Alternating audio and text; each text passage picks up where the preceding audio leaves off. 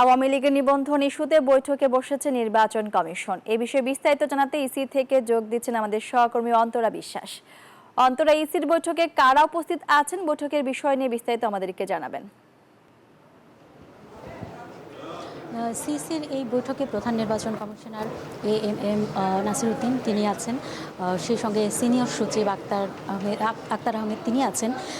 এছাড়াও নির্বাচন কমিশনার আব্দুর রহমানুল মাসুদ তিনিও আছেন, এবং আব্দুর রহমানুল মাসুদ তিনি হচ্ছেন বিচারপতি ছিলেন, তো তিনি আসলে আইনের বিভাগটি দেখেন, যে কারণে তিনি আছেন। এছাড়াও আইন সংক্রান্ত যে কাজকর্মগুলো নির্বাচন কমিশনে যারা করে থাকেন তাদেরও বেশ কয়েকজন সদস্য এখন পর্যন্ত আছেন, এবং তারা বেশ কয়েক ঘন্টা হয়ে গিয়েছে, প্রায় 3 ঘন্টার মতো হয়ে গিয়েছে, তারা কিন্তু এখনো বান্ডেল থাকলে প্রতি সেনমানিতে টাকা বাঁচবে।